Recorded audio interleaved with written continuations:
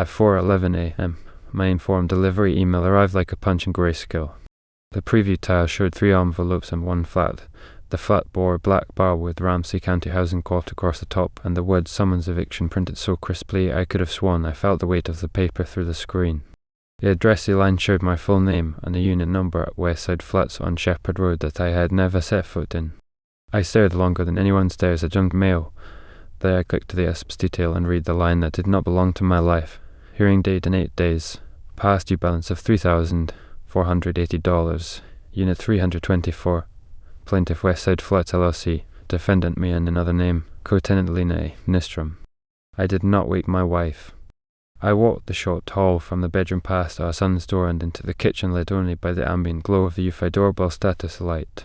The condo smelled like day-old coffee and sawdust because I had brought home scrap from the shop to plane for cutting board. Our place is 2nd floor in a brick walk-up in St. Paul's Mac Grovel and 2 bedrooms jammed into a layout as stubborn and sweet as an old dog. We bought it 3 years ago because the light in the living room fell right across the wall where I knew the good stuff would hang our son's drawings, a framed open map of the Mississippi I found in a Minneapolis estate sale, a sepia photograph of my father taken before the word pre-diabetes meant the calendar. I opened the freezer and pressed my palm against a bag of frozen peas to cool a brain that had spoiled itself too fast. We're a 2-shift family. I run a small custom furniture shop called Long Green out of a cinder block space off West 7th, a place that smells like tongue oil and stubbornness, where I glue up oak slabs into tables for brewpubs and plain walnuts so smooth the bar owner once ran his face along it like a dog. I sell reclaimed shelves to new condos and repair chairs people swear their grandparents brought from Sweden. I pay a guy named Pete on Fridays, an honest man who can amortize with his eyes half closed. My wife, Lena, is a flight attendant for Sun Country. Our base is MSB, Terminal 2, the Humphreys side, with orange lanyards and rolling suitcases in the same lane as Tom is in Switzerland. Her schedule reads like someone threw darts at a calendar. Denver out and backs, Phoenix, a 2-day to Nashville, a stray weekend to Bozeman when the Vikings lose and the world needs to leave. We have a son, 8, who thinks Highland Park Library is a cathedral because of the hush and who insists geese in Hidden Falls Park know his name. Money runs with you like a second shadow you pretend isn't there. We carry an SBA loan from pandemic months when orders turned into promised notes and lumber prices played a prank we all paid for. Our furnace coughed itself into a $1,900 repair in January after a streak of sub-zero days that made the condo sound like it was thinking hard. My dad and Duluth had a stent placed in April. Good outcome, terrible copies. Our kid needed an urgent care visit for an asthma flare at summer camp. Albuterol sounds like a blessing when your kid breathes like a squeeze box. We made it all work by adding overtime to a life that already felt like an overtime game. The first red flag tasted like hotel soap. Lena always smelled faintly like citrus and airplane air, a mix of pressurized air, coffee, and the lemon disinfectant the crew uses on tray tables when the guy in 23C forgets his humanity. One night in May, she came home smelling like a different soap altogether, linen and a sweetness beneath that I knew from a Hyatt in Dallas where I once delivered a bar top. She laughed it off, told me crew hotel cycle brands. Another flag hit in our bank feed. Our Camry's mileage crept up on night she was supposedly doing a local turn, and I had our son. Quick ride ramp charges at the MSB appeared on a night of schedule and the crew app said standby at home. She said she'd done a last minute deadhead change stations, long story. The Eufy doorbell, which I installed because my shop has taught me the politics of package theft, began going dark for 12 and 16-minute blocks on Thursdays between 10:30 and midnight, always just enough time for someone to slip without a chime. Software update, she said. Rings better anyway, said a neighbor, but I loved the Eufy's flat lens and the way it rendered faces in the blue Minnesota night. I tried the decent thing first. I forwarded the USPS daily digest to myself, then set an alert to flag anything from Ramsey County. I refreshed my memory about Westside Flats, which I knew only from the time a client asked me to quote floating shelves that could hold cookbooks and hide the fact the wall was misframed. The website showed a smiling couple on a balcony with the river glinting behind them and a small dog with a scarf that looked like someone named him for an herb. Unit 324, 1 bedroom, south aspect. Bet deposit. The leasing page asked if I wanted to take a virtual tour. I did not. The post arrived by mid-morning. The envelope felt heavier than the flat image had, which is how paper tells you it's going to change your day. The summons said I had co-signed a lease 6 months ago for Unit 324, causing a printed as Eric Nystrom, signature in a quick slash that miscopied the loop in my capital E. The lease showed the tenant as Lena A. Nystrom and another occupant named R. Ale. The late payments were 3 consecutive months of partials. A ledger listed cashier's checks drawn on Wyze Financial. The pet section listed a small dog named Maple with a $300 deposit. I ran my finger along the blue signature where someone had tried to draw how I letter an R. My R doesn't lean. This one did. I notate the proof and make it breed. I scanned every page, emailed a copy to a new Gmail I had created when the furnace coughed, and slid a printed set into a file pocket I keep behind the mixing bowls. I drove to Wyze Financial on my 7th, a credit union lean insist group because it plays nice with odd paycheck rhythms, and asked about cashier's checks with our joint account. The manager, a person who could read a face without thinking he could fix it, printed a list of instruments issued in the last 90 days and circled 3 with amounts that matched the ledger down to the penny. The note in the bank system next, 1 check read apartment rent, Westside, initials Ellen. She put a hold on any new cashier's checks without both parties present and handwritten signatures on a form. She gave me a fraud case number WF-25-3000, 174, and told me to consider placing a travel notice on our joint debit that was in fact a freeze. I opened a separate checking in my name with $600 and a new debit that felt like a small raft. Account ending in 1189 seemed lucky because I had a kid's jersey number once that ended the same way. I drove to Westside Flats not because I thought anything would resolve in a hallway, but because seeing where your name is attached to a wall helps your brain do math. The lobby smelled like coffee and a citrus cleaner designed to convince people that living in a place with concrete floors means you're in a magazine. Mailboxes lined the wall like brushed steel teeth. In the package room, which the door propped open by a considerate delivery driver, I saw a stack with names, the 3rd envelope down to 324 labelled with my last name misspelled by letter and the cheerful yellow "We missed you" sticker. In the reflection of the glass, my face looked like a person about to make a mistake or a person about to stop. I did not touch any package. I read the tenant bulletin board taped to a cork strip near the elevator and pretended I was deciding whether trivia night in the lounge had a decent host. Lena texted a photo at noon of a tarmac with 3 planes like penguins in a cartoon and a caption about a long day. I wrote back something benign about the shop catch up on my dad's cardiology appointment and our son's math test. I told myself that good people ask gently first. That came that evening at our table, after our kid went to brush teeth and do the thing where he takes 40 minutes to put on pajamas because the pajamas hurt his sense of order. I said I had received a summons that said a unit at Westside Flats carried my name and house and someone else's and that rent was in arrears. I said I wanted the version where I had misunderstood everything. She did a thing I had seen exactly once in our marriage. After I'd entered my dad's truck, before we had vows, she conjured a story and held it like a friend. The lease, she said, had been a favour for a crewmate whose ex had tanked the credit score. The rent was always caught up by the friend. The eviction notice was a misfire.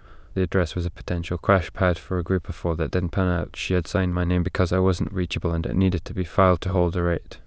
She said she was sorry. She said we were a team and sometimes teams pass on the fly. I felt the Eufy blink and imagined someone flipping the breaker on the panel by the back door the way you flick a flyer off a plate.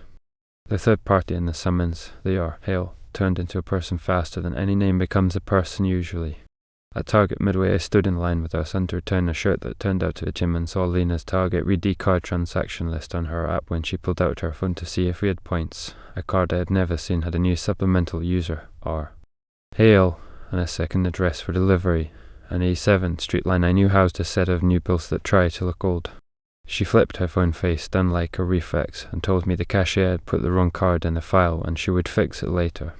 That night I found in the trash the stub for a pet registration from St. Paul Animal Control for a dog named Maple, owner listed as R. Hale, secondary contact Lena Nystrom, address at Westside Flats. The smell of hotel soap got louder. The independent witness came from nowhere I would have guessed. Our mail carrier is a man named Dennis who has walked Matt Groveland routes longer than our son has been alive. He popped his head into my shop the next day, not as a friend and not as an informant, but as a person with an interest in seeing things land where they belong. He told me he delivered a certified letter the morning prior to a unit at Westside Flats, and the guy who signed for it didn't look like me and had a wrist tattoo of coordinates, something he remembered because his nephew has one. He said he wasn't supposed to share address specifics, but also said that people slide into trouble when nobody says anything. He gave me a look I recognized from men who have lifted things for a living and still believe in decency. He left a set of stamps with loons on them because we live in a place that packages silly kindness with ordinary news. I went to Regent's urgent care because a small piece of my left chest felt like it was knocking out of rhythm just enough to make me pay attention. The nurse took an EKG from a small portable machine I had installed in clients' waiting rooms for health fairs. She told me the strip looked fine and that my heart was probably saying it had been living with too much coffee and too many apps. She told me to drink water like it was a job. She told me stress is a set of bricks you don't set down until someone fires you from carrying. The public scene I chose wasn't a neighborhood barbecue or a dramatic restaurant confrontation. It was a PTA meeting in the cafeteria at Randolph Heights, our son's school, because that is where ordinary life insists on going on regardless of court dates. I asked for a moment during new business with the kind of voice that doesn't wobble because it wants to be listened to. I set a small pile on the plastic-topped table, the eviction summons with my name and Lena's in a third person's, the Wing's financial case number slip, a print of the Eufy blackout times laid over the days Lena claimed to be on reserve at home, and a one-page letter I had written to the principal explaining that our son's pickup list had not changed and that any attempt by anyone not named parent needed to trigger a code word. I said the city urges us to be careful with custody and pickups. I said we are a community and sometimes paperwork gets used as a weapon. Parents looked away because personal paper in public is a hot stove. A mom I know from the soccer sideline slipped me a sheet with the number of a family attorney she said knew how to be kind with teeth. Reveal 1 got up off the floor and started walking. An email came from the building manager at Westside Flats that acknowledged receipt of the co-signer's inquiry and attached a copy of the lease with the signature page highlighted.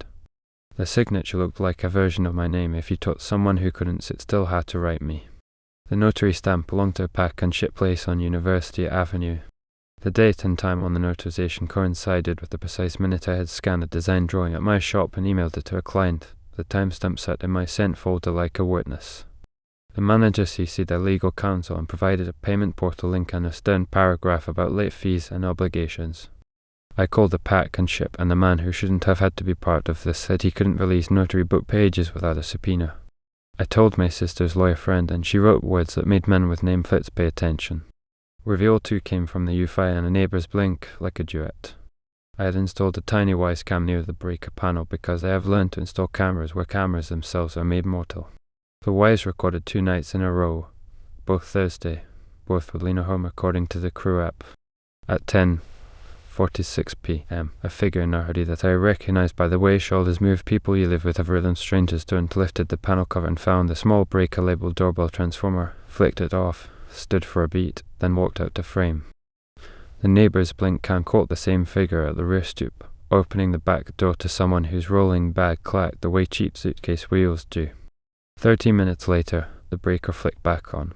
The next morning, the Eufy generic firmware message apologized for a service interruption. Blaming a device when a hand has moved a switch is the oldest trick taught in a modern course. Reveal 3 showed up wrapped in a blue veterinary folder in the recycling. Maple, the dog, had visited Midway Veterinary 2 weeks ago for vaccines. The invoice showed owner as R. Hale and secondary as Lena Nystrom.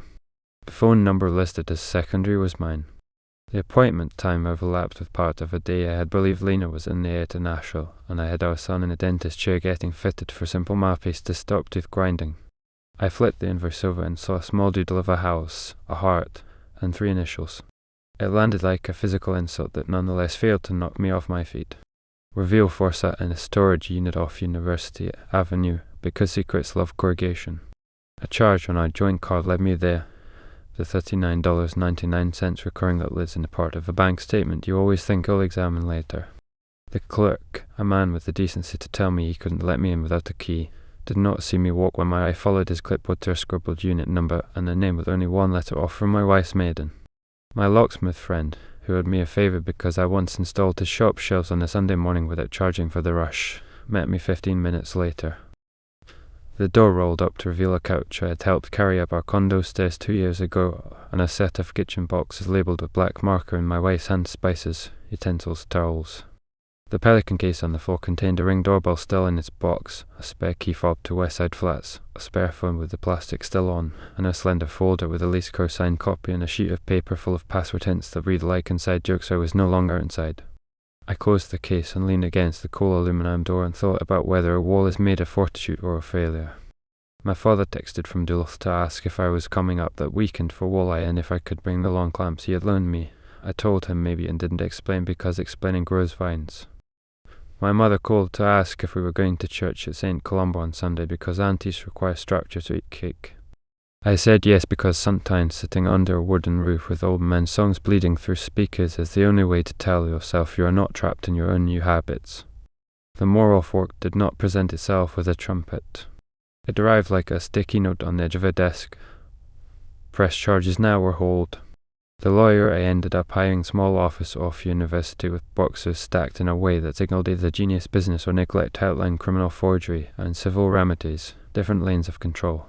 He drafted for me a petition for legal separation with temporary orders for parenting time, decision-making, and financial restraints, a motion to enjoin either party from using the other's name and signature on any lease, line of credit, or application, a letter to Westside Flats advising a dispute regarding the validity of the co-signer's signature and asking that no further adverse action be taken until the hearing, and a letter to the notary's storefront requesting preservation of the log. He encouraged me to file a police report with St. Paul PD so that the bank's case number had a brother in blue. He told me judges love logs and hate drama. He told me to keep dates and facts like a person who builds a table and knows that a single out of square cut ruins the whole top. I filed the report at the Western District Station on Hamman Avenue. The officer who took it did not roll his eyes. That is all I ask from public servants these days. He gave me a case number SPPD-25-22117 and told me to send him the screenshots and the summons and anything else with a signature. He told me forgery is a fancy word for a person choosing your name for you. He told me to stay away from the unit and the person named in the summons until the court tells me my obligations. He didn't say anything about pain. A job with the uniform teaches you not to. I put boundaries down like blue tape on a floor before the finish goes on. I froze the joint cards. I set up a separate debit for groceries and told Lena she could send money to that account if she wanted me to shop for our son's food unless he stayed with me. I opened a second savings at Wings with $200 because a child should have a pile that is not subject to adult weather. I sent the school a letter with a code word that has never been a word we use in this family, a thing from a rose sign that means nothing to us to avoid any chance she could guess it by sentiment alone. I emailed Sun Country HR with a verification request for flight times and the dates the Eufy went dark and couched it in language that did not try to drag a company into a house fire. I asked for verification because a court might need it. An HR assistant replied with a one-sentence denial that made it clear I would need a subpoena. I lowered that too. If you had asked me before what I would do at the public scene, I would have described a fight in a restaurant. What happened instead was that I stood on the muddy grass behind our son's school to pick up time with 3 forms and a manila folder and a voice that asked the principal to initial a plan. I explained calmly that my wife had added a person to the pickup list without my consent. I showed the summons as evidence that an apartment I didn't live in had been signed for with my name and that I considered that to be evidence of a pattern of unsanctioned paper. I presented the court-stamped temporary order the judge signed that morning, temporary decision-making authority, a schedule that gave me weeknights, gave her alternating weekend, gave us both legitimacy under a signature that suddenly meant nothing and everything. The principal nodded and made notes. The boy ran past holding a styrofoam model of a planet that had more glitter than Cassini ever saw. Lena said a lot of things that were supposed to sound like fixes. She said the lease was temporary and promised. She said the friend had become more. She said she had built something because the schedule made her lonely on nights. I built tables until midnight. She said I had been a ghost even when I was breathing. Gaslighting is a hot term people fling like a frying pan, but sometimes a person you love pours a story over your facts like syrup and hopes the sweetness makes the pancake go down. I did not yell. I put her words on one side and my pages on the other and told myself one day I would not live in the in-between. The judge who wrote our temporary orders probably reads romance novels. Her voice had a softness that allowed the steel to slip through without tearing flesh. She ordered exchanges at Hidden Falls because kids do better when water moves near them. She set a financial restraint that neither of us could open new credit loans or co-sign on anything in the other's name without both signatures and the notary. She told Westside Flats, file the order. that any eviction would be stayed as to me until the forgery claim received hearing, and that any money due under the lease would belong in a bucket tied to the tenant, not the alleged co-signer, pending court review. She reminded us that any attempt to alter our son's school or medical records without both signatures would result in her displease, and I learned that Dea cared about judicial displease like a boy cares about his grandmother's shake of the head. The case number written in the top corner began to feel like armor. The independent witness returned at the worst possible time and saved me from a temptation. Our babysitter, Kira, a sophomore at St. Kate's with a library tattoo and a better sense of right than many adults I know, texted me that someone had come to the back door at 10:52 p.m. the one Tuesday our son was with me and attempted the code that used to be ours. She heard the Eufy chime and watched, from the hallway, a man with a wrist tattoo bend down like he was going to try the breaker, then stopped because the panel had a new padlock I installed that day. He looked at the camera and made a face that I have never been taught how to describe to a stranger without sounding like a bitter boy. Kira wrote down the time and the shape of his jacket and the way he smelled like dog and cologne. She sent the notes like homework. I added them to the log because the judge told me not to be dramatic. A month later, Westside Flats produced a notary's log with a page that lacked the last digit of my driver's license and held a signature that, compared side by side with the bank card I signed years ago during a happy July, would make a second grader pass a handwriting test and make any adult with a conscience wince. The notary said a man named R. Hale had accompanied the signer, had held a baby carrier, had said something about needing to rush back to a friend watching a small dog named Maple. I read that out loud and looked at the Eufy chime and thought of the way Lena used to set her coffee on the counter and tuck a strand of hair behind her ear when she was trying to say something she knew would land like a small fire. People will ask what I did about the child that is not mine and the dog that isn't and the lease that is. They will ask if I asked for a DNA test to prove that part of an apartment life would bleed into mine in a way I could itemize on a spreadsheet. I did not ask for a test. That is not to say I am noble. It is to say that a person who did not ask to be born does not need my litigator's impulse to write itself on their cheek with a swab. If a bill arrives with my name in a place it should not be, I will show my paper to a judge. If a child needs to be moved across the street, I will not hold out a measuring tape first. The money isn't fixed. That would be a lie too easy for the internet. I paid the first half of the Condo Association special assessment we haven't mentioned because it lived as background noise while we set fire to larger things. I sold a live edge maple slab to a guy in Edinburgh who overpaid because his wife wanted to feel like their table belonged to a story. I put $10 in our son's little savings account every Friday because the ritual is worth more than the number when your life refuses to do simple math. I told my father I could not drive up for Wally every weekend, and he said he knew a man could eat on the road without breaking his promises. My son drew a picture of our condo for his class. He put the Eufy doorbell on the drawing as a blue square and drew a little line from it to a heart inside the wall where he said the buzzing lives. He drew the breaker panel as a rectangle with a padlock. He drew a small dog on the sidewalk with a question mark above its head and asked me whether he could have a dog someday. I told him maybe, when we have a yard and a fence, and he nodded like a man making a note in his ledger of days to come. Would you press a criminal forgery case now in a notary's book and your driver's license lie on a page like two people who have never met, or would you let the civil orders do the boring work while the part of you that wants a fight sits on its hands? Would you tell your kid that adults sometimes build second apartments and stock them with borrowed couch cushions and promises? Or would you teach him to label breakers and memorize code words and show up on time? And let the rest be a lesson taught by the way you stand to park when it is time to hand him to someone who has to earn back his trust. The mornings now begin at 4:11 only if my brain decides to replay the Informed Delivery email on its own. When it happens, I get up and stand in the kitchen while the Eufy status light makes a dim dot on the casing and the humidifier in my son's room hisses like an old man telling stories. I boil water, watch the little vortex in the kettle, pour over coffee like I am trying not to wake a sleeping bird, and open the day's Lisp's preview with a steadiness that feels like muscle built by something other than hope. Some days it is catalogues, a letter from Duluth with my mother's handwriting shaped like a bird's path, and one square of junk I can toss on my way to the shop. Some days it is a bill that will not ruin me.